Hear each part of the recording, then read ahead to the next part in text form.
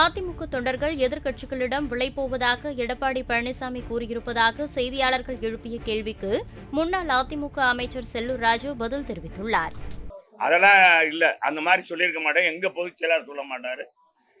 அந்த மாதிரி எங்க பொதுச் செயலாளர் நிச்சயமா அது ஃபேக்ட் நியூஸ்.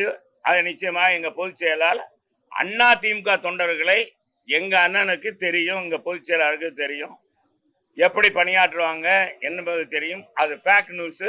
தெரியாம நீங்க கேக்குறீங்க தம்பி.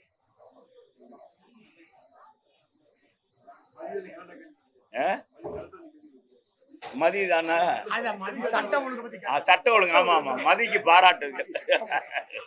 இல்ல சட்டம் ஒழுங்கு. இந்த போதை நடமாட்டம் எல்லாருமே ஊடகங்கள் எல்லாருமே இதுல நம்ம ஒத்துழைக்கணும். அரசுக்கு 2 அரசுக்கு ஒத்துழைக்கணும்.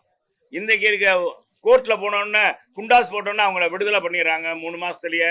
அதனால எல்லா பேருமே ஒத்துழைத்து இந்த போதை நடமாட்டமே தமிழ்நாட்டுல இல்ல.